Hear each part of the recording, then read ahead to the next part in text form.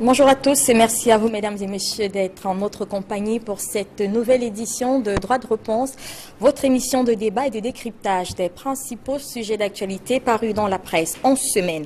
La dernière réunion du Conseil supérieur de la magistrature, tenue mercredi dernier à Yaoundé, a retenu l'attention de la presse locale cette semaine, d'abord parce que le rendez-vous présidé par le chef de l'État est d'une importance capitale pour la distribution, même la redistribution des cartes au sein de la magistrature camerounaise, mais aussi et surtout parce que cette rencontre cette année était attendue pour apporter des compréhensions, des pistes de compréhension sur des sujets d'actualité tels que le sujet sur l'affaire Paul Aya Abiné ou encore la crise anglophone en général.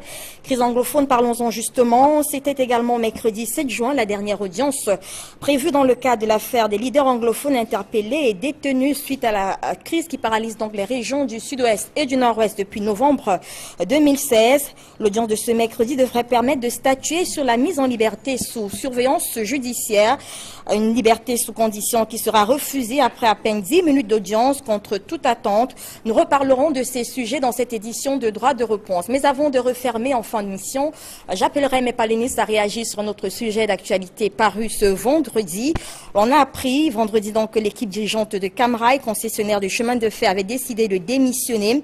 Une décision qui arrive après la publication du rapport qui avait été institué par le chef de l'État sur la dernière catastrophe ferroviaire. C'était le 20 octobre 2016. Voilà donc, mesdames et messieurs, le menu de cette édition de Droit de réponse. Mais vous le savez, on fait un tour de revue de presse avec Flavien Dongo ce dimanche pour comprendre comment est-ce que la presse a traité les sujets retenus.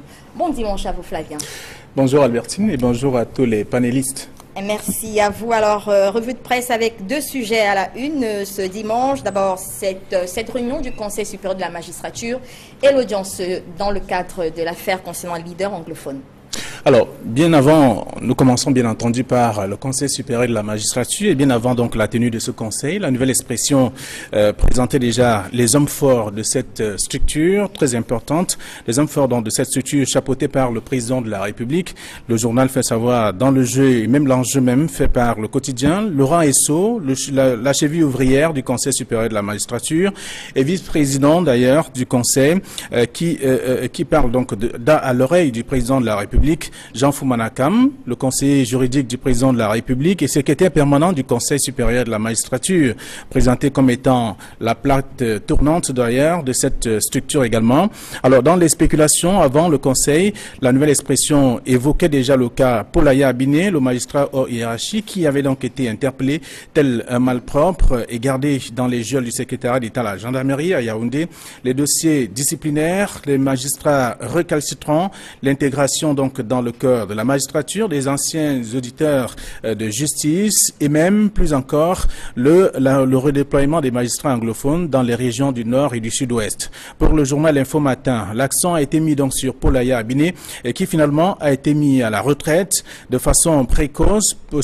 Pourtant, selon bien sûr les textes, c'est en décembre prochain qu'il atteindra l'âge limite du départ à la retraite. Le quotidien relève que le Conseil supérieur de la magistrature n'a pas fait de commentaires sur son cas et de celui-là qui croupit donc dans les geôles du secrétariat d'État à la Défense à Yaoundé et dont l'état de santé reste précaire vu les conditions dans lesquelles il est donc gardé. Bien au-delà donc de tout ça, la nouvelle expression explique que le Conseil s'est tenu, comme d'habitude, avec bien sûr les mêmes choses qui ont été dites, à la seule différence que les magistrats anglophones ont été affectés dans leur région telle qu'ils le souhaitaient et il y a eu réajustement au niveau donc de certaines intégrations, en tout cas au niveau de certaines régions aussi, avec notamment les auditeurs qui ont également rejoint ce corps. Le journal précise par la suite qu'il y a eu remplacement des personnes décédées. Pour tout dire, la nouvelle expression ajoute que plusieurs magistrats ont d'ailleurs été admis à faire valoir leur droit à la retraite.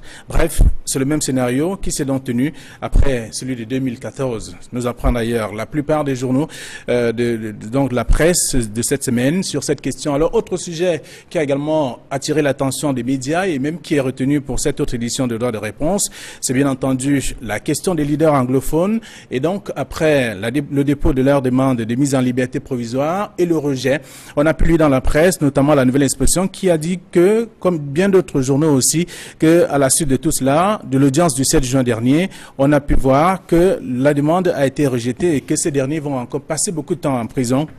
Et même si on a retenu une prochaine date qui est prévue donc pour la fin de ce mois de juin, le journal survient tout au moins par la surveillance judiciaire qui a été refusée aux leaders anglophones qui avaient donc par l'entremise de leur conseil introduit la demande de mise en liberté provisoire. Fontaine Neba et Félix Aboy, les 25 autres personnes n'ont pas pu être donc libérées, précise le quotidien du Carrefour Equinox à Douala. Dans les colonnes du journal, il est dit que plusieurs raisons sont d'ailleurs évoquées par le juge du tribunal militaire qui a accueilli donc les mises en cause. La première, c'est que la réquisition se veut non fondée.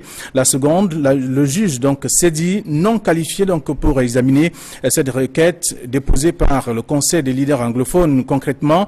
Et selon bien sûr la nouvelle expression, le colonel Mbezoa a noté que n'étant pas juge d'instruction et étant juge militaire, elle n'avait pas la compétence même pour statuer sur ces requêtes. En tout cas, bien entendu, le messager, c'est à la suite donc de tout ça, fait savoir qu'il y a bien sûr les leaders anglophones qui vont continuer de rester en prison.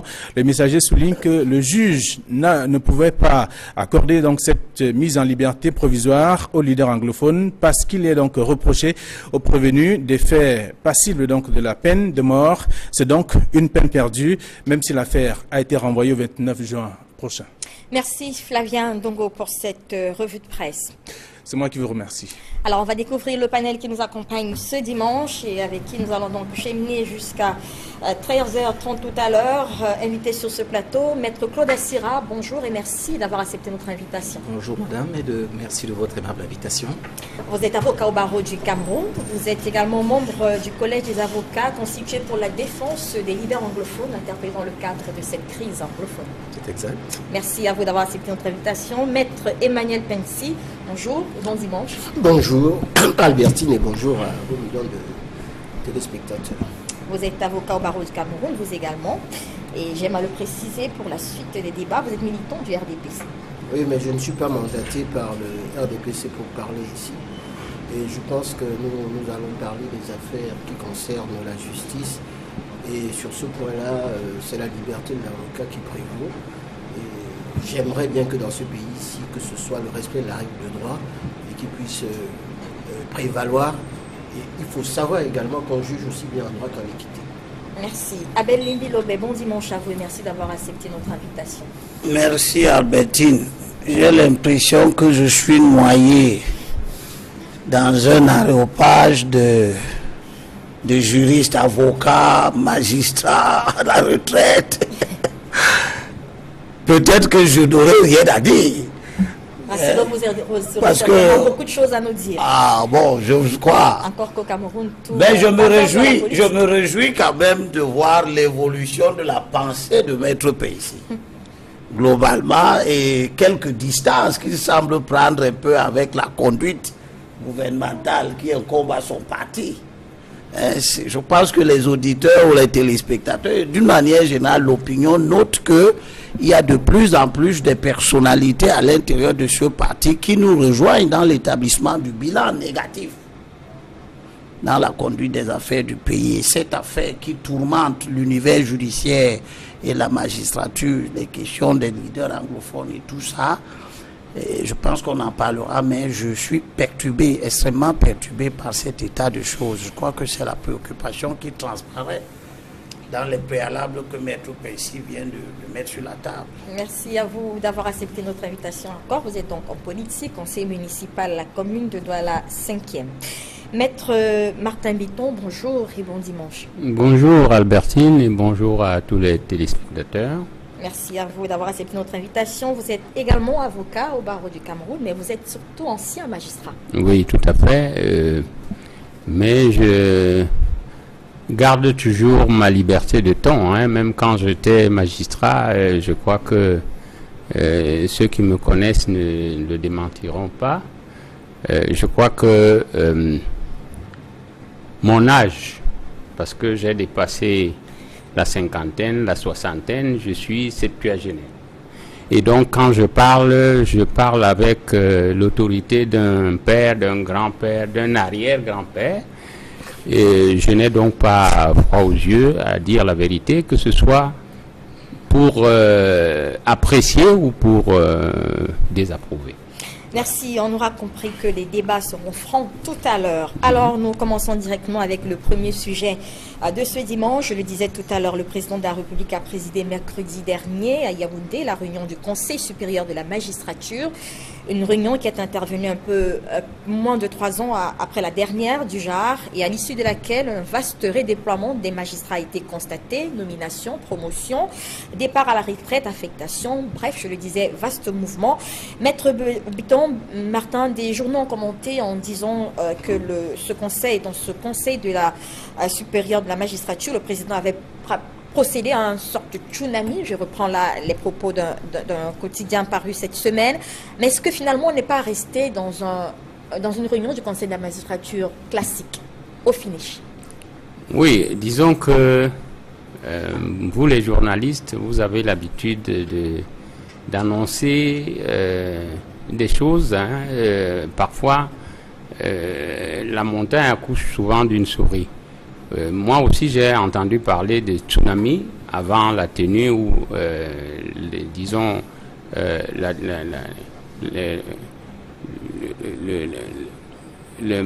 la tenue de ce conseil et même les résultats, n'est-ce pas, du dit conseil.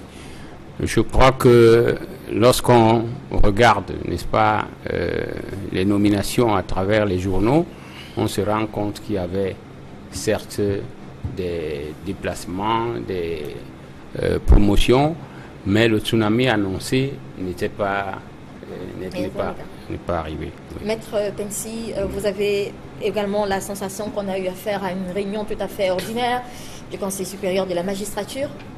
Oui, ce qui apparaît extraordinaire aux gens, c'est que le Conseil puisse se tenir. Parce qu'au fond, on a vu des magistrats qui sont, enfin les auditeurs de justice, les élèves qui sont sortis de l'ENAM et qui étaient en chômage. Et moi j'ai vu personnellement quelques amis, dont même des magistrats, des enfants, on a payé des études, ils sont sortis de l'école et ils n'avaient pas de poste et de fonction. C'est-à-dire mettant les familles dans une détresse inextricable. Et ça, c'est un phénomène qui apparaît depuis un certain nombre d'années. Il faut voir le nombre de magistrats, des auditeurs qu'on a dû intégrer dans la magistrature. Ça fait 3 ou 4 ans que ça n'était pas tenu. Et ça, c'est un véritable drame. Et je rappelle il faudrait le savoir, le ministère de la Justice prépare les dossiers, les envoie à la présidente de la République, et là-bas, on ne sait pas ce qui se passe. Et je n'aimerais pas incriminer tel ou tel, mais je ne peux pas comprendre une seule seconde, alors que nous sommes en manque de personnel au niveau de la magistrature, que l'on trouve des anciens élèves, des étudiants qui n'ont pas de travail et qu'on a déjà affectés dans les juridictions pour pouvoir aider les magistrats, ne pas avoir de fonction, ne pas avoir de salaire et être toujours, en tout état de cause, habitant à la maison, souvent même avec des enfants, et les parents sont obligés de payer. Alors ça a été corrigé. La deuxième correction qui est arrivée et qui me semblait être normale, c'est le fait que Aya Polabine, c'était quelqu'un dont on ne voulait plus. Et lui-même, vous savez que les magistrats ont l'obligation de réserve, il a eu une attitude de liberté qu'il devait prendre en étant à la retraite. Je constate tout simplement qu'il n'a pas, et c'est une bonne chose, qu'il n'a pas été sanctionné sur ces faits-là. Mais, contrairement à ce que les gens croient, au terme des dispositions de l'article 629, il fallait que ce soit un magistrat qui soit nommé par le président de la Cour suprême qui puisse instruire son dossier. Cela n'a pas été fait. Donc, pour moi, il se trouve dans le cadre d'une arrestation arbitraire, c'est-à-dire une séquestration, et que sur ce point-là, je ne sais pas comment on pourra s'en sortir. Parce que, même si demain, on voudrait revenir sur la situation, ben, il faut le juger au moment où il était en fonction. Donc, on ne va pas dire que c'est parce qu'il est à la retraite qu'on va toujours le poursuivre comme s'il n'était pas un magistrat. Donc, ça pose un problème.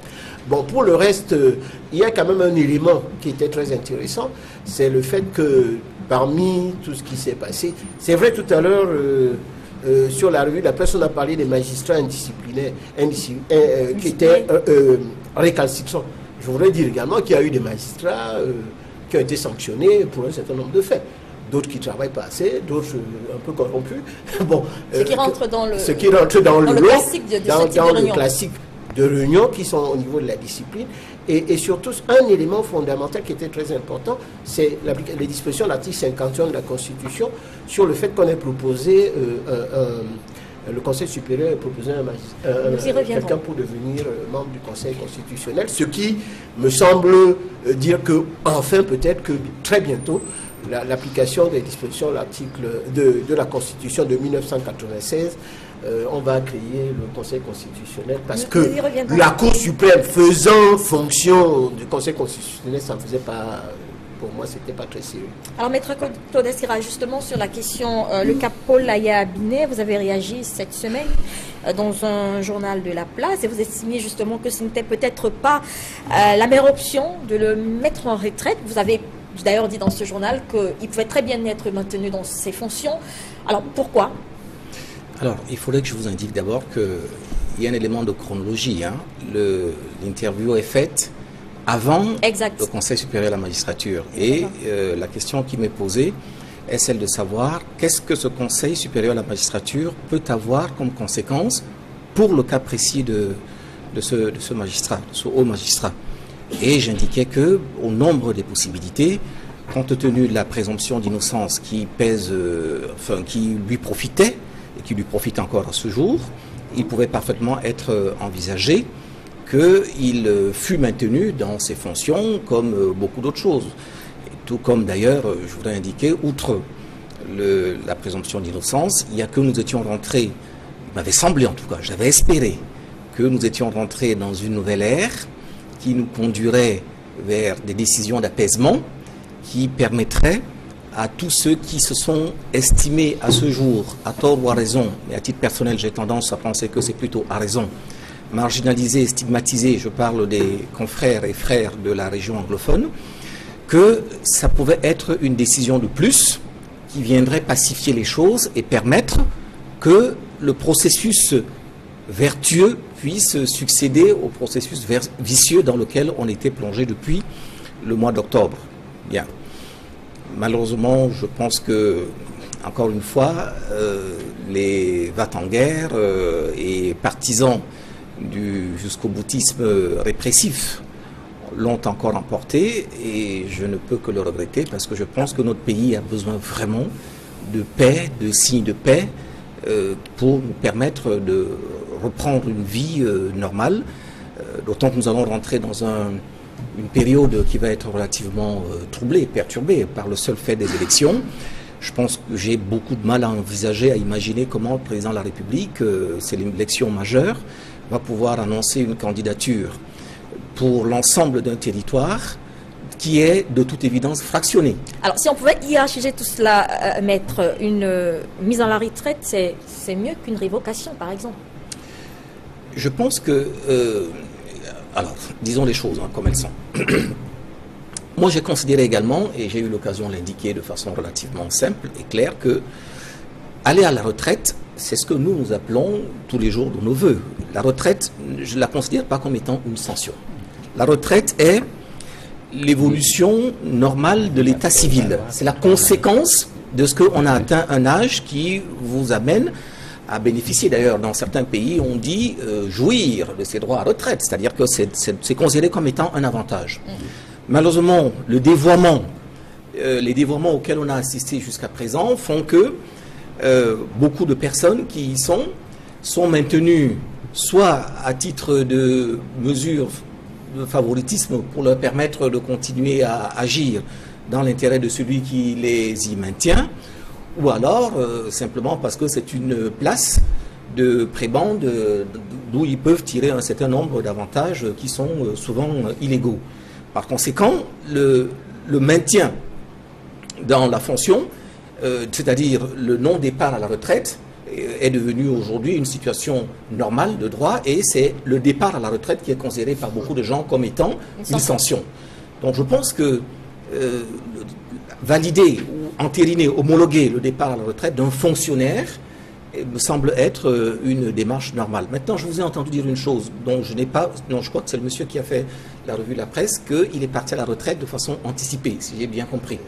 Là, effectivement, ce serait une anomalie, parce que si son départ à la retraite était prononcé 6 ou 7 mois avant l'âge effectif, il y aurait effectivement une anomalie qui pourrait peut-être induire d'autres raisonnements qui peuvent, de mon point de vue, conduire à s'interroger sur pourquoi, alors que d'autres sont souvent maintenus abusivement plusieurs années, et même dans la composition actuelle encore de la Cour suprême, vous en avez qui sont largement plus âgés. Pourquoi lui a-t-on anticipé? C'est peut-être à ce niveau-là que, mais je n'ai pas l'information précise, n'ayant pas son acte d'état civil. Abel Limbi-Lobé, maintenir Paul Aya Binet dans ses fonctions aurait permis, selon vous, de donner des signaux pour décrisper la situation, rentrer dans cette mouvance de vouloir décrisper la situation de la crise anglophone? Je serais iconoclaste. Parce que, premièrement, raisonner comme ça suppose que Paul Aya Binet était un élément essentiel de la crise anglophone. Ce qui ne me semble pas être vrai. La deuxième chose qui me surprend, c'est que Paul Aya Binet était déjà en détachement à l'Assemblée nationale quand il était député. Et quand il a perdu son mandat, il est allé être candidat à l'élection présidentielle. Ce qui établit son caractère politique, son affiliation. En étant candidat à une élection présidentielle, il n'était plus un citoyen neutre. Et je considère que c'est une erreur de gouvernance grave de prendre une personnalité de cette posture-là, qui est politiquement engagée et qui est donc contre le système, pour le ramener à la Cour suprême et lui donner une position où il avait quand même un rang de magistrat de très grande responsabilité. Mais comme les erreurs, les fautes de gouvernement, la mauvaise gouvernance n'est plus à établir, vous voyez donc que on arrive à l'intérieur du Conseil supérieur de la magistrature, dont je ne sais pas, je n'ai pas pu relire un peu les actes fondateurs de cette institution-là. La périodicité des réunions de cette institution, c'est quoi? Pourquoi il n'a pas eu lieu l'année dernière? Le président convoque quand il veut. Enfin, d'accord. Les juristes sont là et nous diront tout à l'heure. Donc c'est une institution dont le fonctionnement est aléatoire. C'est pour ça que nous ne pouvons pas nous émouvoir. Quand on constate qu'à l'intérieur de ce conseil, quand on envoie ailleurs à la retraite, il y a des gens qui sont là-dedans, dont le président lui-même ne part pas à retraite. Pour revenir sur le cas Aya Paul Aya Binet, la question c'était, est-ce que vous pensez que son maintien aurait changé quelque chose dans sa situation, alors dans la crise anglophone actuelle, ou alors il était normal de le mettre en retraite finalement? Mais pourquoi même une organisation comme celle-là met des gens en retraite de façon à géométrie variable? Très bien. Maître Pensi, justement, est-ce que ce n'est pas pour faire avancer la procédure dans le cadre de cette affaire? Paul Aya Binet, depuis qu'il est détenu, ça n'avance pas vraiment. Est-ce que justement sa mise en retraite va faire avancer les choses? C'est les commentaires que certains journaux ont fait, en estimant que ça pourrait maintenant permettre de commencer. C'est ce que les gens pensent. Mais quand on juge quelqu'un, on juge à la situation, à la date des faits. Des faits. Donc, à la date des faits, il est avocat général près de la Cour suprême et ce sont les dispositions de l'article 629 du Code de procédure pénale qui sont applicables et qui ne sont pas appliquées. Deuxièmement, je voudrais dire que moi, dans cette affaire, je suis neutre. Je pense personnellement que M. Paul Aya Binet a fait... ça fait depuis longtemps qu'on lui parle. Or, c'est quelqu'un qui est connu comme excessivement têtu. Et qu'au niveau de la magistrature, lorsque vous êtes avocat général, vous êtes quand même juge au niveau du parquet, vous avez un certain nombre de comportements à avoir. Donc si vous n'avez pas ce comportement, vous êtes... C'est pas ça. On a dit, on a fait admettre ses droits à la retraite. On ne l'a pas sanctionné. Les gens trouvent ça incroyable. Le président de la République est élu. Il est élu. Donc il reste là. Si vous estimez que... Il est très vieux. Non, si vous voulez qu'on fasse comme Franco, où Franco est resté au pouvoir, ça regarde le peuple camerounais qui doit savoir ce qu'il veut faire. Mais je crois, à titre personnel, que lui-même, étant quelqu'un qui a une fine connaissance de ce pays, doit se préoccuper de l'avenir du Cameroun. Donc, la mise à la retraite de Paul Aya Binet, pour moi, elle était souhaitable pour lui. Il n'a pas été sanctionné Et j'espère en tout état de cause que ça lui laissera la liberté. Pour le reste, la logique aurait commandé qu'on le mette en liberté en vertu de l'habeas corpus, puisque les avocats ont déposé une requête et que le juge qui devait rendre la décision l'a pas rendue. Et jugeant quelqu'un, d'ailleurs il a eu une promotion puisqu'il parle à la Cour suprême. Et je ne trouve pas ça très bien. Alors, Maître Bitton, justement sur la fréquence des réunions du Conseil supérieur de la magistrature, comment est-ce que ça se passe? Il me semble que la loi ne précise pas la fréquence, qu'elle se limite à dire que le président de la République peut convoquer cette réunion-là. Est-ce qu'il y a une fréquence arrêtée? Oui, disons que le texte focal, n'est-ce pas, la loi basique qui organise le Conseil supérieur de la magistrature, c'est la loi 82/014 du 26 novembre 1982. C'est-à-dire, je peux dire, pratiquement 20 jours après la prise de fonction de l'actuel président de la République.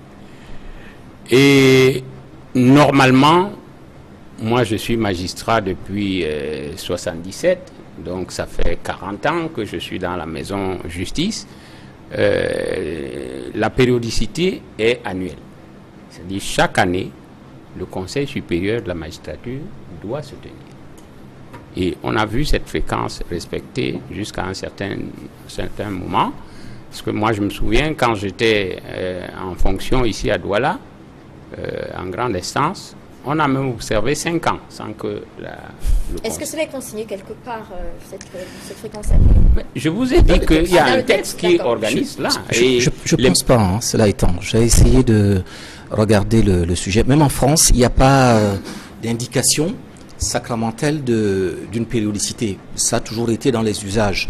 D'abord parce que la vie générale et la vie judiciaire impose un certain nombre de choses, et je pense que Elimbi Lobel a indiqué, non, je pense que c'était le confrère aîné, Maître Pincy, qui l'a indiqué, il faut intégrer dans la magistrature des gens qui sortent de l'école et leur sortie est annuelle. Et puis il y a également le jeu de fonctionnement des institutions, le respect que les uns et les autres, ce que je veux dire par là, c'est que tout n'est pas nécessairement inscrit noir sur blanc, mais les usages font que de la même façon qu'on sait que à une période de l'année, il va y avoir une finale de la Coupe du Cameroun par le rythme du championnat. On sait qu'à un moment donné, il va falloir y avoir. Donc personne ne devrait se plaindre de ce qu'il y a eu, ne peut tirer avantage de ce qu'il y a eu 3 années sans coupe en disant que non, ça n'a pas été inscrit quelque part dans les statuts de la fédération. Je comprends la forme, je comprends c'est-à-dire que les nuances, mais vous nous parlez du cas de la France. Non, je parle du cas du Cameroun. Oui, mais en voulant vous inspirer, et ce n'est pas toujours bien. Le Conseil supérieur de la magistrature est une institution créée par la loi. Moi, je n'ai pas cette loi, et c'est pour ça que j'aime souvent quand il y a les débats comme ça, les gens viennent avec les textes. Si on avait le texte ici maintenant, on aurait su ce qui est dit. On ne peut pas me faire croire qu'un organe aussi sensible dans l'organisation judiciaire du pays est une périodicité aléatoire. Il peut y avoir plusieurs conseils supérieurs à la magistrature dans la même année. On avait encore la parole. Oui, voilà. Bon, alors je disais donc, comme le disait Maître Assira, vous savez, la loi peut préciser certaines choses, mais les usages aussi peuvent, n'est-ce pas, amener les gens à observer une certaine régularité. Bon, mais il faut dire qu'il y a plusieurs affaires inscrites à l'ordre du jour du Conseil supérieur de la magistrature. Il y a l'intégration des auditeurs de justice dans la magistrature. Il y a dans l'année, n'est-ce pas, des décès. Il y a des gens qui doivent aller à la retraite. Et donc tout ça fait que, normalement, ce conseil devrait avoir une périodicité annuelle ou à tout le moins de 2 ans. Bon, mais moi ce que je voudrais dire, c'est que nous ne pouvons pas comparer le système camerounais ou africain au système, par exemple, français. Parce que là-bas, eux, ils ont le syndicat et plusieurs syndicats de la magistrature. Voilà. Ici, moi je crois que nous appelons de tous nos voeux, n'est-ce pas, le fameux regroupement qui parle des états généraux de la justice. Parce qu'il y a beaucoup de choses à dire. Il y a beaucoup de choses à dire, puisque le Conseil supérieur de la magistrature, là-dedans, on y retrouve les magistrats. On y retrouve les députés, les sénateurs, en tout cas les parlementaires. On y retrouve les personnalités nommées par le président de la République. Et là-dedans, il y a des anciens gouverneurs, des anciens administrateurs et tout ça. Alors, je crois que les magistrats ne se trouvent pas à l'aise dans ce conseil. Il faut le dire. Et partout ailleurs, n'est-ce pas, le syndicat est composé des pairs, chez les greffiers, chez les notaires, chez les avocats, chez les experts comptables. C'est entre eux, n'est-ce pas, que ça se passe. Et injecter, n'est-ce pas, des gens qui viennent, par exemple, de l'exécutif, du législatif, dans le corps de la magistrature, qui est un corps, n'est-ce pas? J'aimerais vous dire que c'est le seul corps qui est honoré par Dieu lui-même. Parce que les magistrats, n'est-ce pas, exercent la fonction de Dieu lui-même. Très bien. Alors, Maître Pensy, sur le cas Poulaya Abiné, justement, c'est voilà, un magistrat hors hiérarchie qui est arrêté, manifestement au mépris de la loi, comme vous le révélez, qui est mis en prison, qui est détenu, qui est mis à la retraite. Est-ce que vous pensez que le régime pourra effacer cette tâche, finalement?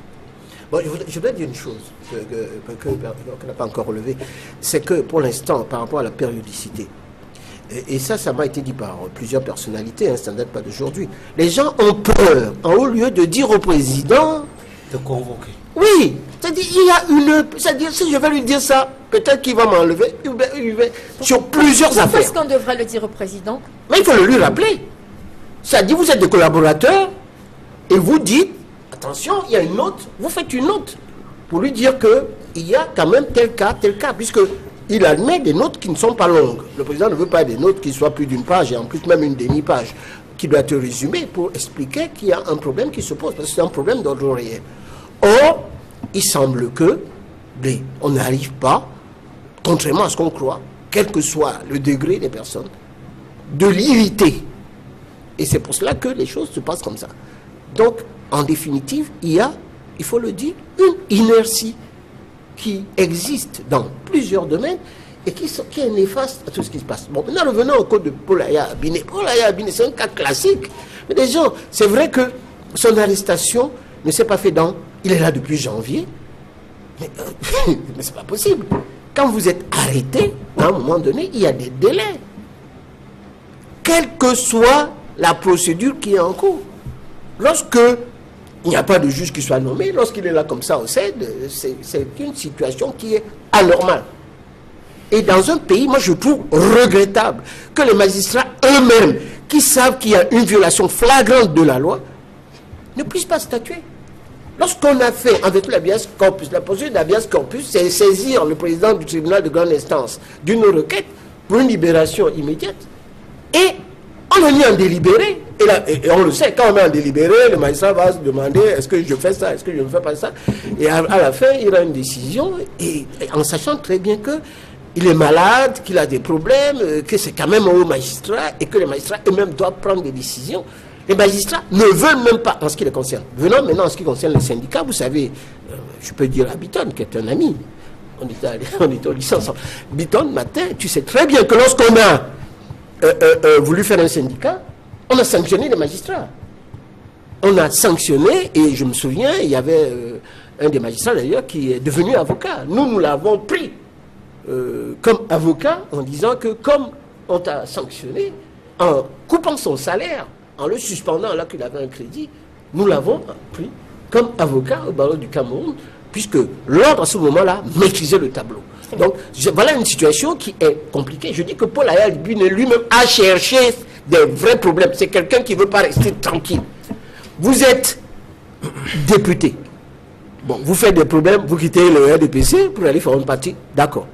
Mais on vous ramène à la magistrature. Si on vous ramène au parquet, c'est pour que vous ayez un comportement de magistrat. Vous ne pouvez pas être en même temps magistrat et être à la tête d'un parti politique.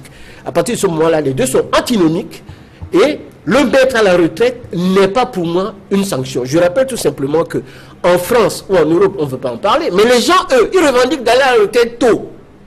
Or, ici, et je crois que c'est ce qu'a voulu esquisser Assira avec son ton poli de quelqu'un de très bien élevé, pour dire que quand quelqu'un reste, c'est pour qu'il puisse encore préparer sa retraite, c'est-à-dire user de la corruption, des prébendes, gagner de l'argent pour pouvoir préparer sa retraite. Et c'est ça que les gens trouvent que c'est une sanction parce qu'ils n'arrivent pas. Mais je trouve que c'est tout à fait normal compte tenu de son attitude qu'on l'envoie à la retraite. Maintenant, s'agissant du fait qu'il fasse l'objet d'une arrestation arbitraire, sur ce point-là, je trouve que ce n'est pas normal.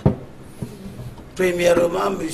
Aya Abine n'est pas le premier à faire l'objet d'une arrestation arbitraire. Du tout, sauf que c'est un avocat général près la Cour suprême. Cela ne fait pas de lui un prisonnier particulier. Les prisonniers arbitrairement détenus sont nombreux. Ce qui m'intéresse ici, c'est de relever que nous sommes un peuple extraordinaire. D'ailleurs, le président l'a dit.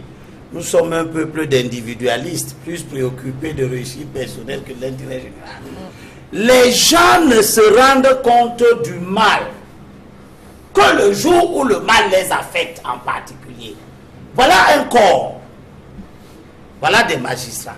C'est eux qui décident de la mise en liberté de quelqu'un. Voilà leur confrère qui est injustement détenu. Aucun d'eux ne s'offusque que les choses se passent comme ça.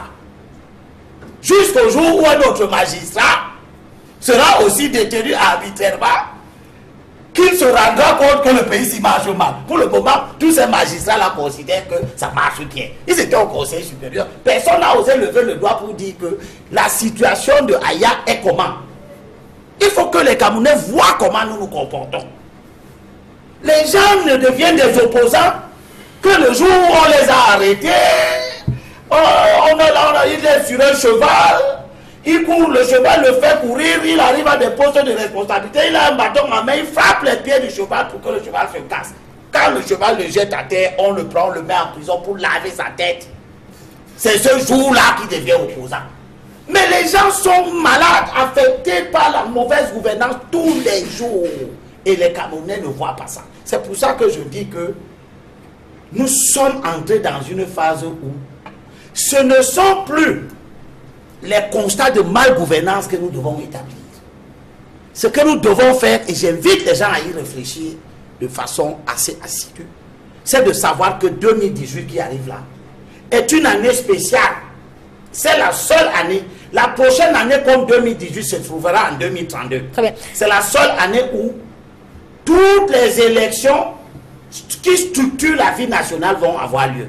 C'est donc la seule année où nous avons l'opportunité de renverser l'ordre politique de ce pays et passer notre temps à venir démontrer encore dans ce pays qu'il est mal gouverné. Je crois que c'est des exercices qui ne sont plus d'utilité.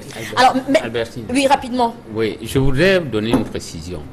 Je crois que en plus du texte du Code de procédure pénale, n'est-ce pas, dont 629, que Maître Pincier a évoqué, j'ai déjà signalé quelque part dans une émission que, en principe, les magistrats bénéficient de la procédure de prise à partie. C'est-à-dire, pour qu'on comprenne très bien. C'est-à-dire qu'il y ait une procédure spéciale, n'est-ce pas, pour juger les magistrats. Tout comme les parlementaires ont une immunité parlementaire. Bon, et c'est un privilège de procédure. Or, ici, non seulement on l'a interpellé comme un malpropre, mais c'était tout de même, moi je l'appelle procureur général près la Cour suprême. Parce que l'avocat général, c'est lui qui devient le procureur général. Et on l'appelle monsieur le procureur général après la Cour suprême. Or, un magistrat de cet ordre ne devait pas être arrêté comme il a été. Mais surtout, je dois rappeler juste, Martin, que dans cette affaire, ce n'est pas une procédure de prise à partie. On l'arrête dans le cadre de l'affaire qui concerne le terrorisme. Oui, donc l'affaire du terrorisme, c'est pas la procédure. Oui, mais dans l'affaire du terrorisme, il faudrait encore savoir si les faits sont... C'est le tribunal qui dira si les faits sont établis ou non. Donc on lui a même pas... Il ne sait même pas de quoi il est accusé, puisque personne... Mais moi, je voudrais dire donc, étant magistrat, ceux-là qui l'ont fait revenir dans le corps de la magistrature, notamment à la Cour suprême, savaient qu'il était homme politique. Et un magistrat ne devrait pas faire de la politique. Il est normalement un homme neutre. Il a dit qu'il juge et les gens au pouvoir, et les opposants, et les gens de la... Il aurait dû démissionner, on n'aurait pas dû... Non, on n'aurait même jamais dû le nommer. Après, on aurait pu le nommer au ministère. Parce que quand il était député, ce qui suppose qu'il était déjà un homme politique, c'est quand il était député. Il n'y a personne qui est député sans être un homme politique. Donc, étant député, s'il te plaît, étant déjà député, il était homme politique. Quand il sort de l'Assemblée, parce que la loi est claire, quand vous êtes député, vous êtes en détachement. Quand vous êtes fonctionnaire et vous devenez député, vous êtes en détachement auprès de l'Assemblée nationale. Oui. Une fois qu'il a perdu son mandat de député, il devrait rentrer dans son administration d'origine, mais étant allé comme candidat à l'élection présidentielle, il ne devrait plus revenir dans le... Je vous en prie, pour sortir rapidement du sujet Paul Aya, ça aurait changé quoi, la révocation par exemple, rapidement pour qu'on comprenne? Je vais essayer de répondre à votre question, mais permettez-moi de donner un petit avis sur ce qui a pu être indiqué par mes copanélistes. J'ai beaucoup d'affection, et je crois qu'il le sait, pour mon confrère aîné, Maître Pensi. Mais je ne vais pas être tout à fait d'accord avec lui sur la question de la protection du président de la République, qu'on présente toujours comme un incapable qui, lui, est bon. Et c'est les autres autour de lui, l'entourage, qui n'a pas fait son travail. Je voudrais juste indiquer que l'entourage du président de la République, il est choisi encore par le président de la République. Donc, et même si cet entourage-là devait se retrouver inquiet d'avoir à s'adresser à son chef, il y aurait déjà un problème de management des hommes, de ressources humaines. C'est un problème déjà.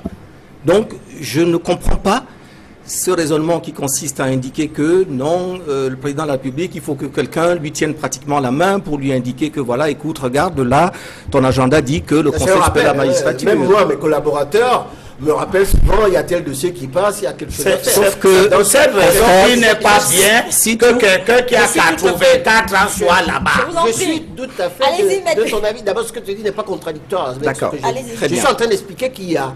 Les gens n'arrivent pas. Et ça, c'est un fait. Moi, je ne suis pas en train de commencer. C'est un fait. Ça fait deux problèmes. Au niveau d'en haut, les gens ont peur d'exposer telle ou telle situation. Quelle que soit la personne, même si vous avez une mémoire énorme, vous pouvez avoir des oublis. Surtout à cet âge. Et à ce moment-là, il faut le rappeler. C'est ce que je voulais dire. Surtout à cet âge. La deuxième, 84 ans, on ne peut qu'oublier. Je vous en prie. La deuxième petite chose que j'ai envie d'indiquer, c'est que, en l'espèce, ce qui est reproché à Paul Aya Abiné, ce n'est pas ses opinions politiques.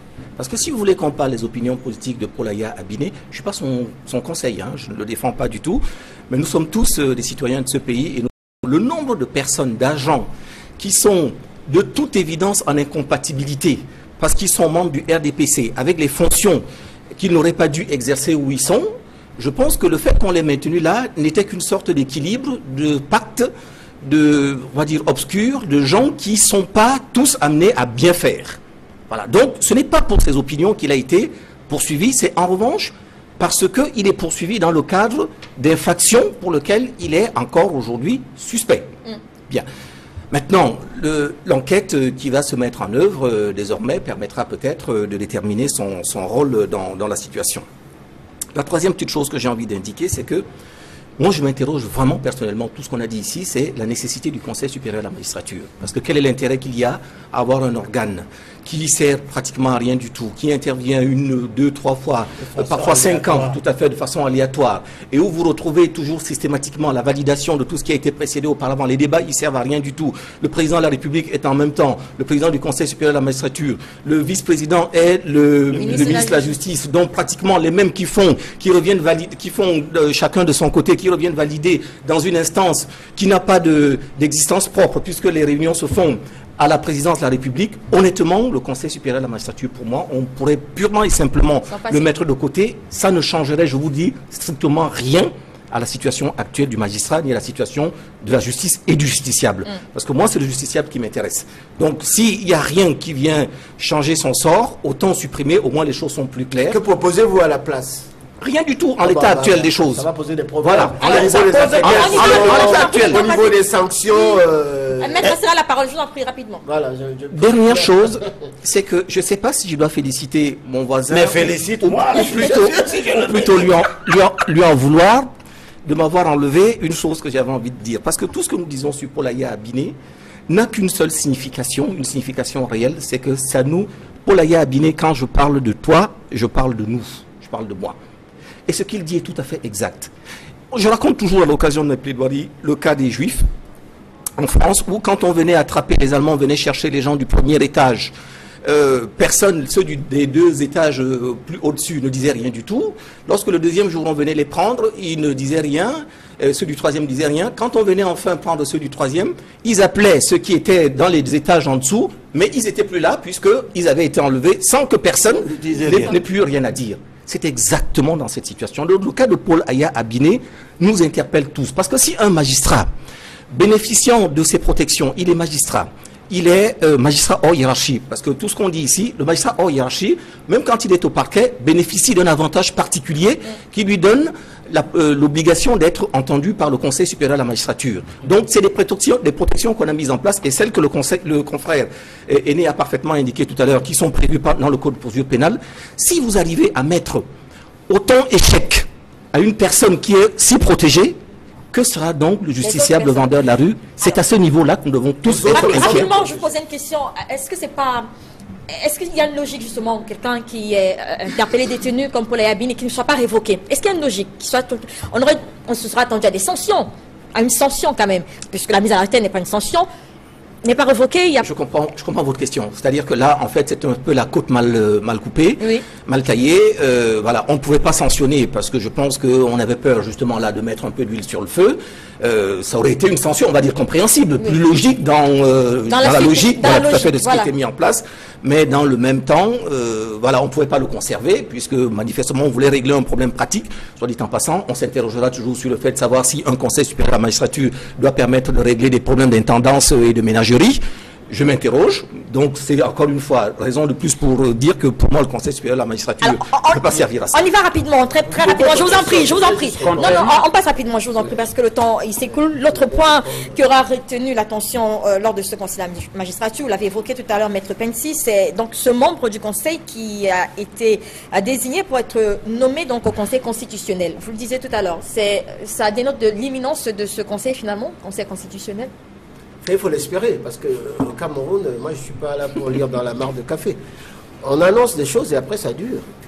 Je trouve que depuis 1996, le Conseil constitutionnel, d'ailleurs le Conseil constitutionnel ce n'est pas simplement les magistrats ou bien des personnalités politiques. Je rappelle par exemple que Roland Dumas, qui était avocat, a été président du Conseil constitutionnel, je m'excuse de parler de la France, et que Laurent Fabius, qui était ministre des Affaires étrangères, qui est un énarque, est l'actuel président du Conseil constitutionnel, et que ça fait partie d'un des organes qu'il faudrait installer, et je ne comprends pas pourquoi, qu'est-ce qui fait que ça ne marche pas et qu'on ne l'ait pas depuis. Alors juste pour avoir un peu de précision, c'est deux personnes qu'il fallait nommer, pourquoi une seule?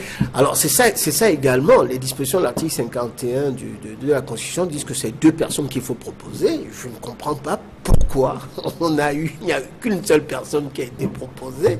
C'est encore une des curiosités de ce qui s'est passé.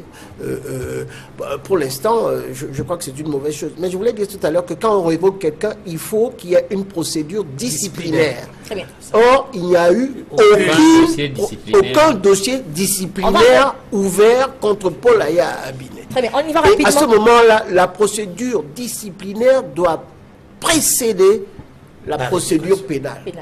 Maître Bitton, qu'est-ce que cela va changer concrètement, la mise en place de cette instance, le Conseil constitutionnel? Ça va changer quoi? Allez-y, je pose la question. Bon, moi je crois que ça va changer beaucoup de choses parce que le Conseil, la Cour suprême agissant en lieu et place du Conseil constitutionnel, on se rend compte qu'en fait n'a pas joué son rôle jusqu'au bout. Vous avez vu, pendant des élections, on a égrené un chapelet, n'est-ce pas, d'anomalies, pour dire que on n'est pas le Conseil constitutionnel pour pouvoir annuler une élection. Mais pourquoi alors avoir dit qu'on agit en lieu et place du Conseil? Donc c'est des curiosités, n'est-ce pas, qui sont... On est un peu habitué à ces structures, ces instances qui finalement, les Camerounais ont l'impression que ça ne sert à rien du tout. Comme par exemple, les raison, on a le Sénat aujourd'hui. On se demande à quoi ça sert finalement le Sénat, le Conseil constitutionnel. Qu'est-ce que ça va apporter, Élie Lobé par exemple? Je n'attends rien d'un Conseil constitutionnel que le président Biya pourrait mettre en place. C'est lui qui va statuer sur la régularité des élections. Il y a 2018 d'élections au Cameroun qu'il a mis en place et qui n'a pas apporté une grande clarté dans le processus électoral. Donc, si le président lui-même est parvenu à fonctionner de 97, date de la Constitution de 96. Donc, à cette date, jusqu'à aujourd'hui, sans Conseil constitutionnel, c'est qu'il n'en a pas besoin. C'est que dans sa lecture du Cameroun, le Cameroun n'en a pas besoin. Donc, il a introduit la notion du Conseil constitutionnel dans la Constitution pour en faire valoir, pour des raisons de circonstances. C'est comme la limitation de mandat qui était dans la Constitution de 96. Quand il a fini de jouir de ça, il a enlevé ça parce qu'il n'en avait pas, il n'en a plus besoin. Nous sommes, Maître Pessi, mon frère, mon cher grand frère et tout. Je suis étonné que tu sois étonné. Tu es étonné qu'on doit choisir deux personnes, on choisit une et ça marche très bien. Tu es étonné que 26 ans, on n'a pas toujours mis le Conseil constitutionnel en place et ça marche très bien. Mais le Cameroun, sous le président Biya, a été organisé pour être et fonctionner à la convenance du président. Donc si vraiment tu es choqué de cet état de choses, je ne vois pas qu'est-ce que tu fais dans le parti du président.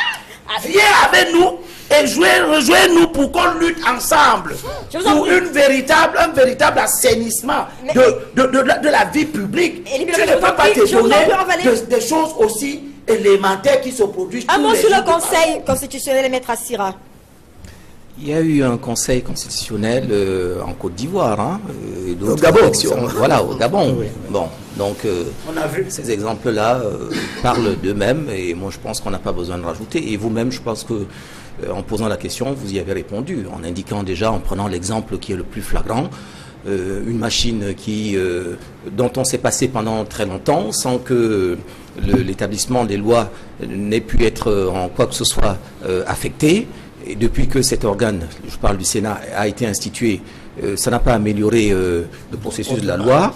Et donc, par conséquent, je ne vois pas ce que viendra changer le Conseil constitutionnel encore ici, si ce n'est simplement encore donner des illusions, faire semblant, faire du cosmétique, et puis donner l'illusion que... Être en phase avec notre loi fondamentale. Oui, mais je vous dis, il y a tellement d'autres choses.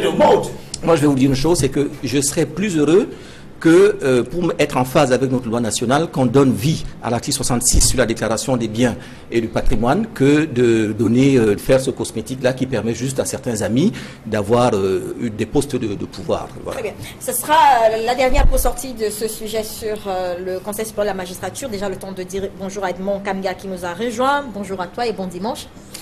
Merci Bertine, bonjour, je salue tous les copanélistes. Alors, l'autre sujet abordé au cours, le point important abordé au cours de ce Conseil supérieur de la magistrature, c'est bien sûr ce changement intervenant à la tête du tribunal criminel spécial. Alors, l'ancien président qui va donc prendre la place de Paul Ayabinet, Edmond Kamga, qui va donc prendre la... Oui, qui va... Non, que Paul Ayabinet n'était pas premier avocat général. Alors, qui sera donc premier avocat général à la Cour suprême. Merci pour la précision. Alors, est-ce que ça s'agit d'une sanction? C'est un commentaire qui a été fait dans la presse aujourd'hui pour lui, pour Yapadou. Avant de répondre à cette question, je m'en voudrais de ne pas dire un mot sur le Conseil constitutionnel. Je ne partage pas les avis qui ont été énoncés tout à l'heure par certains de copanélistes sur... J'allais dire l'inutilité du Conseil constitutionnel à l'heure actuelle. Je pense qu'il est utile et fondamental, au moins pour une raison. C'est quand même cette structure qui est à la tête, qui va contrôler la constitutionnalité des lois. Jusqu'à présent, on n'a pas une structure qui contrôle la constitutionnalité des lois. Il y a plus important encore, c'est que c'est un mécanisme de dévolution du pouvoir au Cameroun. en l'état actuel. Parce que c'est le Conseil constitutionnel qui constate la vacance du pouvoir. Ce n'est pas la Cour suprême qui constate la vacance du pouvoir. Et la Cour suprême ne peut pas statuer comme Conseil constitutionnel pour constater la vacance du pouvoir dans les termes, dans l'esprit de la lettre de la Constitution actuelle. Voilà au moins quelques raisons qui m'amènent à penser qu'il faut un Conseil constitutionnel au Cameroun. Et comme Maître Pensier, je me pose la question de savoir pourquoi on a jusqu'aujourd'hui, 21 ans après, le Conseil constitutionnel, alors que toutes les institutions qui proposent des membres pour être au Conseil constitutionnel existent. Le Sénat propose, l'Assemblée nationale propose, le Conseil supérieur de la magistrature propose. Et je pense ici, par rapport à ce qui a été dit concernant l'une des résolutions, j'allais dire, du Conseil supérieur de la magistrature, qui n'a examiné que le cas d'une seule personne qui pourrait être membre du Conseil constitutionnel, je voudrais croire que cela signifie que le Conseil supérieur de la magistrature est déjà d'accord à accorder son violon sur un candidat et qu'il avait besoin d'accorder son violon également sur le deuxième candidat, en attendant la suite. Maintenant, sur la question je ne sais pas si on peut lui répondre. Rapidement. Ce n'est pas l'institution, je suis d'accord avec vous, hein, ce n'est pas l'institution qui compte, parce qu'une hirondelle ne fait jamais le printemps ici au Cameroun, c'est le contenu qu'on donne à l'institution qui compte. Donc c'est bien un Conseil constitutionnel, mais encore faut-il pouvoir organiser. Or, on a vu comment les autres institutions qui, elles, existent, fonctionnent. C'est ça qui fait simplement notre scepticisme. Très bien. Sur la question de... Oui, et sur la question de la nomination de Yapadou, qui était à la tête du tribunal criminel spécial, je me dis, je ne peux pas lire dans la boule de cristal le chef de l'État, lui seul, de manière personnelle, c'est son pouvoir arbitraire de nommer aux fonctions civiles et militaires, c'est l'article 8 de la Constitution. Donc lui seul sait pourquoi il a nommé ce magistrat à cette fonction précise, à ce moment précis. Est-ce que c'est une sanction? Ma foi, en tant que citoyen, je dis, je ne peux pas croire que ce soit une sanction. C'est une nomination, c'est-à-dire c'est une autre mission qui lui a été confiée. Parce que ce n'est pas une fonction facile. Tout à l'heure, sur le plateau, j'entendais dire que c'est une fonction sensible. Effectivement, être avocat, n'est-ce pas, à la Cour suprême, c'est une fonction sensible, où on doit avoir, j'allais dire, une marge de manœuvre, mais également la capacité à être au-dessus d'un certain nombre de considérations. Alors, 5 ans après, Maître Assira, quel regard portez-vous sur le tribunal criminel spécial en général, qui est censé, selon les autorités, donc apporter plus d'efficacité et de rapidité dans la répression des infractions? Pas du tout, pas du tout. Des fortunes publiques? Non, non, non, du tout. Ça, il faut rien dire. Le tribunal criminel spécial, mais là, vous savez, je pense que j'ai tellement eu l'occasion d'indiquer mon opinion dès le départ. J'aurais aimé 1000 fois avoir tort. Malheureusement, le fonctionnement de cet organisme aujourd'hui, de cette juridiction, confirme les appréhensions que j'en avais au départ. Je ne vois pas, sincèrement, l'apport, la valeur ajoutée. Parce que quand vous mettez en place une institution ad hoc pour pouvoir gérer un type de situation, vous avez une intention qui est vertueuse, qui est la nécessité de la spécialisation. Mais dans le même temps, quelque part, vous personnalisez la fonction. Je m'explique. Le monsieur qui est aux affaires va forcément voir dans l'existence de l'institution sa propre existence. C'est-à-dire que là où, autrefois, on estimait que les infractions fiscales pouvaient relever du tribunal de grande instance, tribunal de droit commun, parce que l'infraction fiscale peut aussi être considérée comme étant une atteinte à la fortune publique. Désormais, vous allez avoir une extension, parce que s'il n'y a pas de corruption, vous n'allez plus avoir l'existence même du tribunal criminel spécial ne va pas se justifier. Donc, par conséquent, il risque d'y avoir, il y a d'ailleurs un zèle extrême qu'on voit développer par ces personnes-là, qui du coup se trouvent elles-mêmes être plus encore enfermées que ne sont les autres dans les serres du pouvoir qui a... D'une promotion. C'est d'abord une promotion. Et en plus, quand vous êtes avocat général, vous êtes peut-être appelé à être le futur procureur. On ne sait jamais ce qui va arriver. Quelqu'un mis à retraite, il peut avoir, en fin de compte, une installation, le président, etc. Il peut avoir des choses qui peuvent se passer à terme. Alors, je parlais de l'indépendance du Conseil suprême de la magistrature rapidement. Pour le défenseur de la Cour suprême, on sait très bien que, en ce qui concerne les règles au niveau de l'ONU, on trouvait incongru. C'est l'ONU l'a dit à les institutions internationales, qu'on ait cette institution qui soit présidée par le président de la République en vertu de la règle qui existe au niveau de la Constitution, qui est celle de la séparation des trois pouvoirs. Et que celui qui va nommer va avoir, en définitive... la mainmise. La mainmise sur la personne qui doit rendre les décisions. Et là, ça pose un problème et ça interroge. Mais je dis que c'est une institution qui demande à être réformée. Comme également, vous avez parlé tout à l'heure du Conseil constitutionnel qui va arriver, mais le mode de saisine même du Conseil constitutionnel n'est pas bon.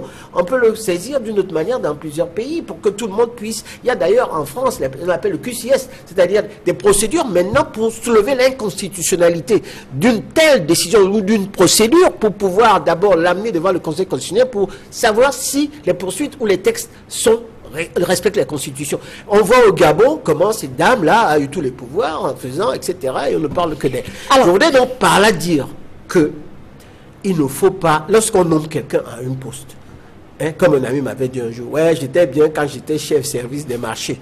Maintenant, comme on m'a nommé directeur au ministère des Affaires sociales, je n'ai plus rien. Bon, donc, c'est ça le problème des Camerounais. Alors, merci de nous permettre de passer sur le second sujet avec une note d'humour.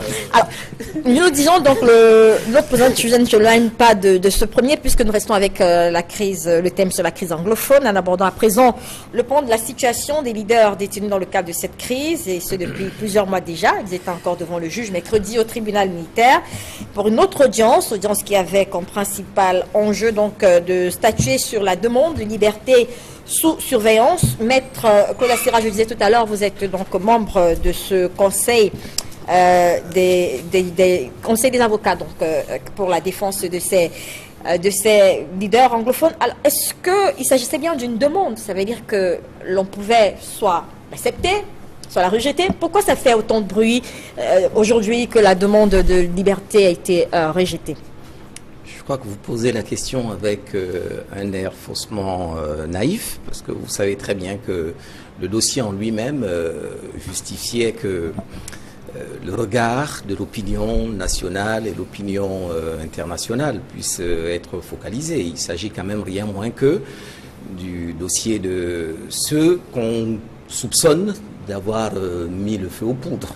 Voilà. Donc, par conséquent, on peut comprendre qu'il est focalisé sur lui-même tout son intérêt. C'était une demande, c'est vrai. Mais, d'un autre côté, on a rarement vu, vous avez entendu le président de la République qui, au cours de ses 2 seules interventions sur la question, a indiqué qu'est-ce qui était son orientation dans ce dossier. C'était en fait le tout répressif. C'était répressif.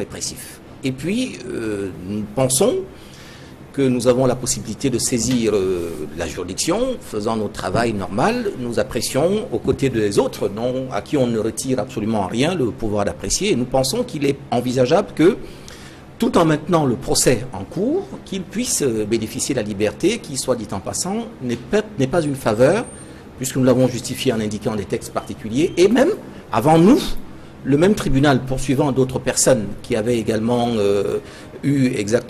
à être poursuivies pour les mêmes griefs, les mêmes chefs, étaient en liberté. Donc nous avons pensé qu'on pouvait, au nom de l'égalité des citoyens devant la loi, obtenir la liberté pour des gens qui avaient pignon sur rue, qui étaient connus. On a fait cette demande. Et contre notre attente, ça je dois pouvoir le dire, le ministère public, partie poursuivante, nous indique de façon solennelle qu'il ne voit aucun inconvénient à ce qu'il soit fait droit à la demande de mise en liberté qui a été présentée. Donc nous avons été, je veux dire qu'on a été surpris, c'est rien que de le dire, mais on a été tout simplement bouché d'entendre cette décision dans ce sens, mais peut-être que la suite de notre émission nous permettra de rentrer plus en profondeur. Mais j'ai été encore plus ahuri, personnellement, en entendant les motifs qui ont été évoqués par le tribunal pour justifier son refus. Ça m'étonne encore jusqu'à présent et ça m'interroge. Maître Pensy, la liberté sur surveillance, c'est une mesure surveillance judiciaire. C'est une mesure certes légale, mais c'est également une mesure un peu sociale. Est-ce que le tribunal avait obligation d'y accéder à cette demande-là? Dans toute juridiction, sauf peut-être au Cameroun, que l'on trouve un juge qui vous dit « je ne suis pas compétent » pour rendre une décision qui doit permettre, par exemple, non pas que les gens sont acquittés, non pas qu'ils sont libérés, mais qu'on puisse toujours continuer à les poursuivre. Mais on aménage la situation compte tenu du contexte pour pouvoir également trouver des voies et moyens qui soient à la disposition de la justice. Et dans une mesure de surveillance, ça pouvait être également une mesure, par exemple, de contrôle judiciaire qui existe. Hein. Donc, vous allez peut-être au commissariat tous les 2 ou 3 jours pointer tout le matin à 18h pour savoir que vous n'allez pas fuir. Et surtout, et ce qui est un élément important, c'est que l'accusation, c'est-à-dire le parquet, avait elle-même accepté et fait cette demande. Donc, on est un peu très surpris que le juge fasse ce qu'on appelle du juridisme et du jurisme de mauvaise aloi. Ça, il faut le dire. On juge en droit et en équité. Et lorsque l'avocat, le commissaire du gouvernement, qui ici joue le rôle du parquet, accepte cette demande, c'est une demande pour amener la paix sociale. Alors, qu'est-ce qui explique ce refus selon vous, Maître Bensi? C'est le juridiste du magistrat qui veut savoir que moi je vais faire le droit, ce n'est pas comme ça, etc. Donc, etc. Et les arguments juridiques tiennent quand même? Non, le juridisme là ne tient pas. Très bien. Parce que je n'ai jamais vu ça, puisqu'il y a des gens qui sont poursuivis, qu'on a d'abord laissé. Il y a d'autres, Paul Aya dont on parle, qui lui est détenu alors qu'aucune ouverture d'une enquête, d'une information judiciaire à son égard. Et puis il y a des gens qui disent que bon, on va attendre, mais en attendant, il y a par exemple un des avocats qui est très malade, qui voudrait aller se faire soigner, il y a d'autres qui disent, mais je suis à votre disposition, et je ne vois pas en quoi cela aurait empêché qu'il y ait eu une décision. Je pense que une décision, et Bitton va le dire tout à l'heure, c'est en droit et en équité. Faire du juridisme pour montrer qu'on a appris du droit, je dis, ce n'est pas bien. Donc, ça met le feu aux poudres et c'est de nature à ce que la situation du sud-ouest soit en ébullition, et je crois que les faits sont suffisamment graves pour le souligner. Déjà, et je le dis ici, tout ce qu'on fait, le fait que on puisse, la qualification de l'infraction, qui terrorisme, parce que les avocats ne sont pas des terroristes, c'était pour les amener tous à Yaoundé.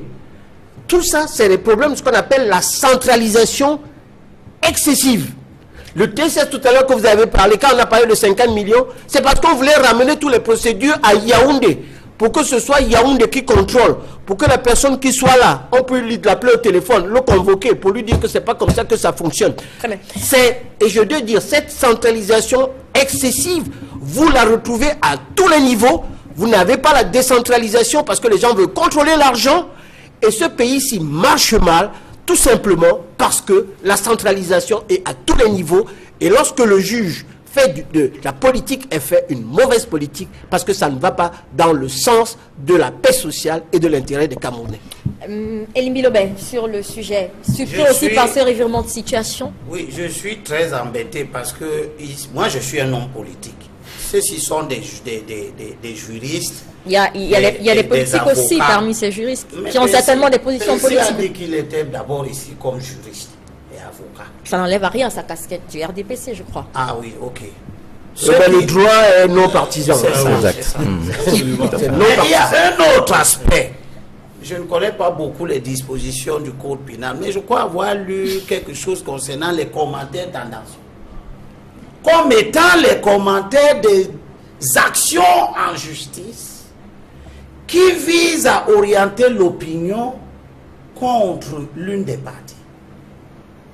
Et j'ai peur que lorsque la justice est en train de se mettre en place, en train d'agir, que ceux qui défendent des gens poursuivis aux tribunaux soient sur les plateaux de télévision pour expliquer leur action. Non, Elim Bilobé, le commentaire d'arrêt. Je suis... Non, je t'arrête. C'est moi qui parle. Non. Toutes les décisions de justice sont à commenter. Et ça fait... Il n'y a aucune décision. D'accord. Donc, je ne voudrais pas dire ça. S'il vous plaît. Il faudrait que ce pays-ci évolue. Monsieur Elim Bilobé, la parole, Maître Bensi. Allez-y. Pour le moment, il n'y a aucune décision de justice. Si, c'est une décision. Il y a des actions. Je veux bien, vous allez patienter que je fasse des décisions, vous allez corriger. Il y a des procédures, des gens sont devant les tribunaux. Maître Assira défend des gens qui sont devant le tribunal. Moi, je suis de l'opposition, mais je ne veux pas qu'on désorganise le pays. Maître Assira, qui défend des gens qui sont au tribunal, devant les tribunaux, sort, vient commenter dans l'opinion et devant l'opinion les actions d'un tribunal.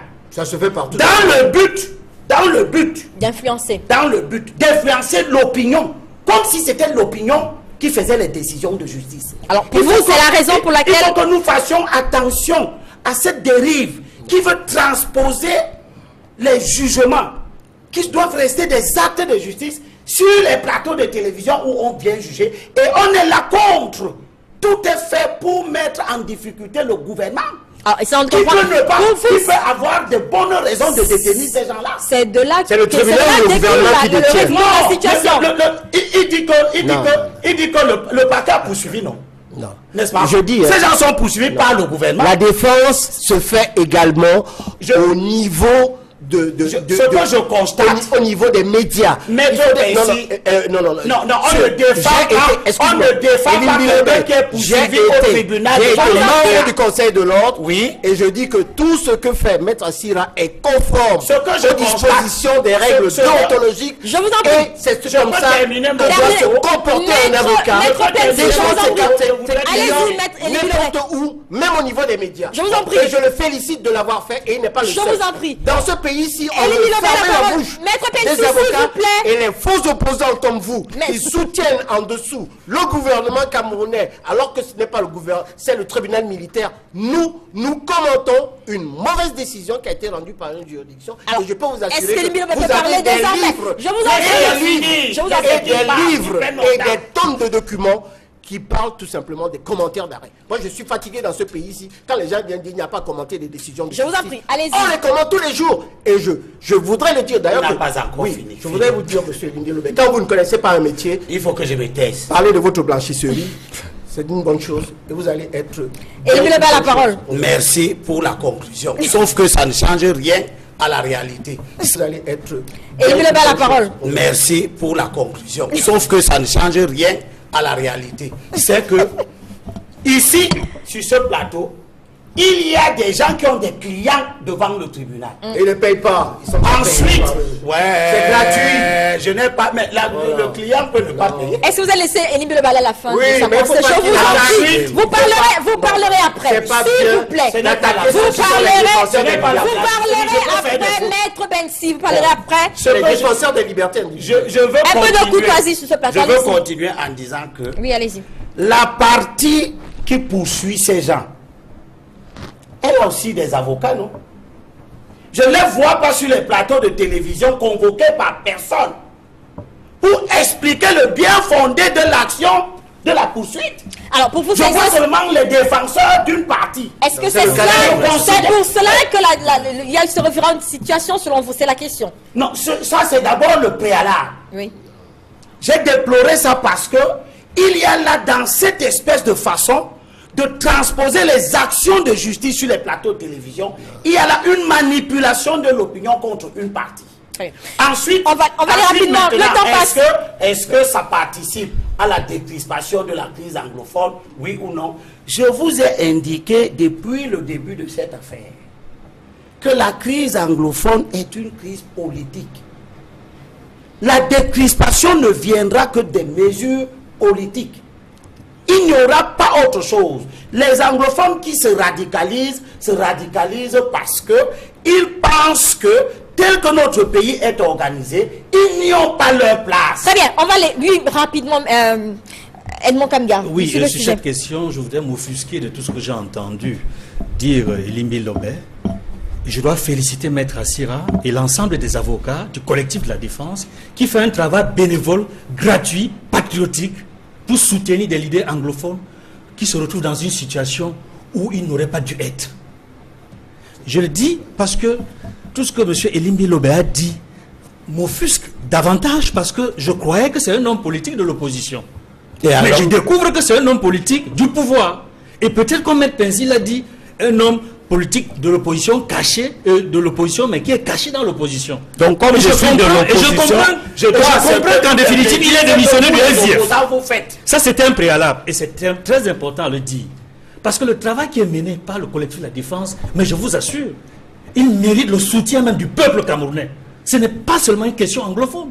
Et je peux vous dire que les avocats qui défendent les idées anglophones ne sont pas seulement anglophones, ils sont francophones aussi. Maître Assira, il est francophone. Alors, Maître Assira, justement, est-ce qu'il y a eu un échec? Je vous en prie. Est-ce qu'il y a un échec? S'il vous plaît, ne me posez pas de questions. Vous voulez d'abord réagir? Alors, réagissez. J'ai envie de dire très simplement que je ne suis pas d'accord avec ce qu'il dit, mais moi je me battrai pour qu'il ait la possibilité de le dire. Il a le droit de le dire. Il y a beaucoup de gens qui pensent comme lui, mais qui n'ont peut-être pas la parole pour pouvoir le dire. Et moi je dis, j'accepte, je lui ai dit tout à l'heure que j'étais entièrement d'accord avec ce qu'il indiquait lorsque ça allait dans le sens de mon truc. Bah, de la même façon, je pense qu'il a parfaitement raison de soulever le fond. Mais le seul ennui, c'est que parfois, à force de vouloir critiquer tout et n'importe comment, on finit un peu par se mêler les pinceaux. Parce que je n'ai pas compris seulement la logique dans laquelle lorsque la partie accusatrice ne veut pas venir, ça veut dire que les autres n'ont pas le droit de le faire. Donc j'ai du mal à comprendre. Le procureur de la République a tout à fait le loisir. Je voulais juste indiquer que dans l'affaire de Monseigneur Bala, le procureur a indiqué parfaitement quelles étaient ses orientations. C'est la moindre des choses. C'est tout à fait normal. Personne ne s'en formalise. Il peut le faire, monsieur Elimbi. Ne vous inquiétez pas. La deuxième chose que j'ai envie de vous dire, c'est que j'ai du mal à comprendre. Est-ce qu'il faut venir juste parler de choses qu'on ne connaît pas? Parce que celui qui est justement à l'intérieur est, de mon point de vue, plus habilité à vous dire, vous, les choses, parce qu'il les voit de l'intérieur. Et la troisième chose que j'ai envie de vous dire, tout simplement, c'est que il se trouve que l'avocat est le garant des libertés. Et c'est là où vous êtes un peu contradictoire avec ce que vous avez indiqué tout à l'heure. La seule personne qui est en mesure, ce que moi j'appelle la vigie, le rôle de vigie de l'avocat, celui qui vous dit, attention, là vous êtes en train de toucher un point. Tout à l'heure vous disiez, on ne peut pas en même temps attendre que la machine soit venue vous écraser pour pouvoir enfin commencer à crier au loup. Or là précisément, vous avez des gens, l'avocat qui est à l'intérieur qui vous dit, attention, aujourd'hui on est en train de juger les leaders anglophones. Demain ça aurait pu être n'importe qui d'autre. On est des porte-voix, monsieur Elimbi. Tout simplement, on ne fait pas plus que ça. Ce que les autres ont dit, moi je vous dis, bon, je préfère que ce soit eux qui le disent. Nous faisons un travail qui est tout à fait gratuit et bénévole, hein, vous inquiétez pas. Mais c'est un travail avant tout citoyen. Je voulais rester avec vous, Maître Assira, s'il vous plaît, sur la question. Est-ce qu'il y a eu un échec de compromis selon nos sources? Le gouvernement aurait tenté de négocier avec ces leaders interpellés dans la crise anglophone et on leur a demandé, par exemple, d'accepter d'être libérés, mais de ne pas revenir sur cette crise. Une fois, est-ce que vous pouvez peut-être nous confirmer cette éventualité là, que nous avons... Là, en revanche, pour le coup, si je vous donnais une telle réponse ici publiquement, j'aurais violé le secret. Est-ce qu'il y a eu tout de moins un échec de négociation? On sait quand même que le gouvernement s'est rapproché des leaders anglophones. Alors, je vais vous faire un aveu. Tous les avocats dans cette affaire ne s'occupent que du judiciaire. Ce qui se passe en dehors des tribunaux, les jeux de coulisses, voilà, les négociations, les pourparlers, nous ne sommes jamais informés de cela. Nous essayons autant que possible de mettre tout notre engagement pour faire prévaloir la justice. Et je vous assure que si nous n'avions pas... Je veux peut-être dire une chose qui est vraiment sincère. Ça fait 10 ans à peu près que j'exerce de façon habituelle et continue. Je n'ai jamais rencontré un parquet qui soit aussi pointilleux que le parquet du tribunal, du tribunal militaire de Yaoundé. Je vous assure jamais. Ces 3 personnes qui sont extrêmement brillantes. Si notre demande avait souffert un temps soit peu la moindre contestation juridique légale, je vous assure que le parquet ne l'aurait jamais, au grand jamais, accompagné. Il a accompagné à un moment donné, ça veut dire qu'elle portait. Maintenant, quelle est la raison qui a justifié le tribunal à indiquer les motifs pour lesquels... Justement, revenons sur les motifs. Est-ce que les motifs sont juridiquement valables?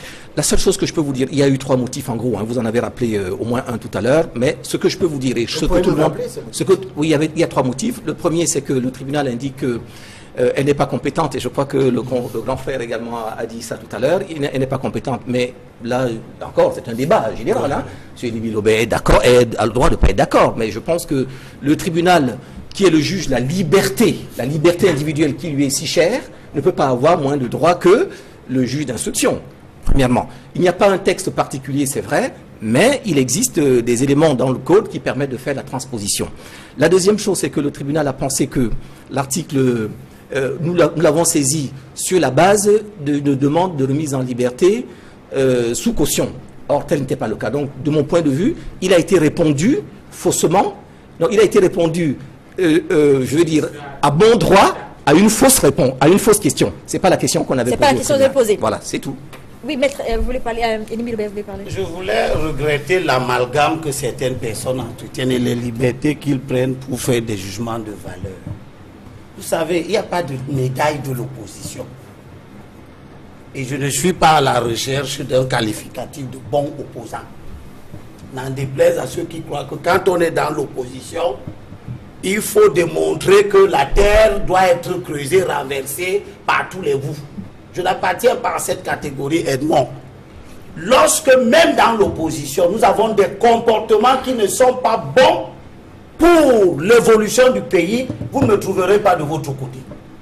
Je dirais que ces comportements-ci sont mauvais. L'homme politique que je suis, j'aspire demain à gouverner. J'aspire demain à être ceux qui vont être en charge de la conduite des affaires publiques. En tant que tel, aujourd'hui, lorsque nous traitons des affaires publiques, j'ai le regard sur ce que pourra être le traitement des affaires publiques lorsque nous on sera aux affaires. N'oublions pas qu'un jour, il n'y a aucun pays au monde où l'opposition n'est jamais arrivée au pouvoir. L'opposition arrivera au pouvoir demain. Demain, nous allons être confrontés aux mêmes problèmes que ceux qui sont là, qui sont mauvais et qu'il faut enlever. Pour dire que ce n'est pas parce que des gens, vous défendez des gens, que la défense que vous faites est bonne, elle est légitime, elle construit quelque chose. Ce n'est pas parce que des gens sont retenus par le gouvernement que forcément le gouvernement a tort dans ce qui est en train de se faire. Le gouvernement n'est pas en train de poursuivre des gens pour des positions politiques. Ce n'est pas un délit, c'est le délit qui fait objet de poursuite là-bas. Ce n'est pas les opinions politiques. Ah bon? Mais enfin, ils sont poursuivis pour les opinions politiques. C'est son opinion. Ils sont poursuivis pour les opinions politiques. Ils ne sont pas poursuivis pour les opinions politiques. Ils sont poursuivis pour des faits qui n'ont rien à voir avec les opinions politiques. Vous venez de nous dire que c'est un problème politique, la crise anglophone. Mais moi j'ai dit que là c'est la crise anglophone. Est-ce que les gens pour la crise? Est-ce que les gens, c'est vous qui dites qu'ils sont poursuivis? Ça découle des tensions dans les régions. Le gouvernement dit qu'il les poursuit. Pourquoi? C'est ça que je demande. Est-ce que tu peux avoir le gouvernement dit qu'il les poursuit. Pourquoi? Rapidement. C'est pas un problème d'opinion qu'ils ont. Vous avez rapidement la... Oui. Moi je ne voudrais pas que les difficultés de Émile Loubet dans le cadre de son plaidoyer pro domo qui ne fonctionne pas et qui me choque un tout petit peu. Parce que nous sommes quand même dans les gens qui sont arrêtés et qui sont détenus. Et je voulais juste lui dire, parce qu'il ne sait pas comment ça fonctionne la défense.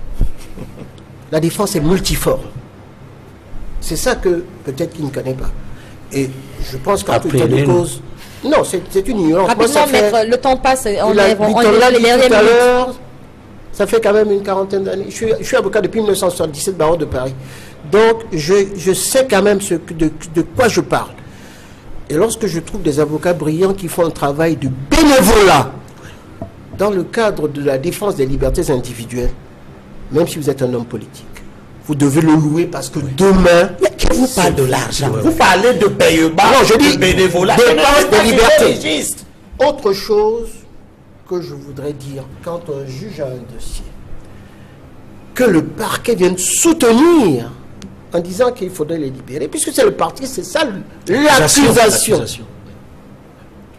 C'est excessivement rare. Alors, selon vous, il y a de pression, par exemple? Non, j'ai l'impression, je ne sais pas qu'est-ce qui s'est passé. Ou bien, le magistrat voudrait que, avant la fin du mois, on puisse rendre une décision définitive à ce moment-là. Et ça, c'est mon espoir qu'on puisse libérer ces personnes, parce qu'en fin de compte, les procédures telles qu'elles ont été engagées ne respectent pas grand-chose.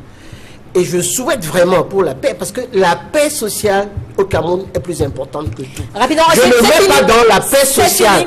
Je ne mets pas les infractions de ceux qui ont brûlé le camion de la voiture. Une dernière pour mettre Claude Assira. Je ne pas poser cette question. Comment est-ce que vous entrevoyez l'audience du 29 juin prochain? Rapidement, on a terminé. Ce sera une audience normale. Je pense que dans la profession, dans le groupe, le consortium des avocats de la défense, j'ai la chance, là pour une fois, d'avoir des confrères aînés par l'âge, aînés par l'ancienneté du métier, donc derrière lesquels nous on apporte un peu notre contribution en amont. Et nous avons une réunion qui est prévue incessamment, au cours de laquelle une position va être arrêtée. J'avais dit à titre personnel ma position au tribunal lors de la défense de cette cause. je ne vais pas la changer, mais je pense que la décision ultime sera celle qui résultera de débats que nous aurons au cabinet des leaders mercredi. Merci à vous d'être venu. Merci à Maître Martin Bitton qui était là avant. Maître Cloatia, merci. Elimbi Lobé, à vous, Maître Pensi. Et mon Kamga, merci à vous et à vous, chers téléspectateurs que nous avons encore suivis ce dimanche. À l'équipe technique nous a accompagnés. Bon dimanche à tous.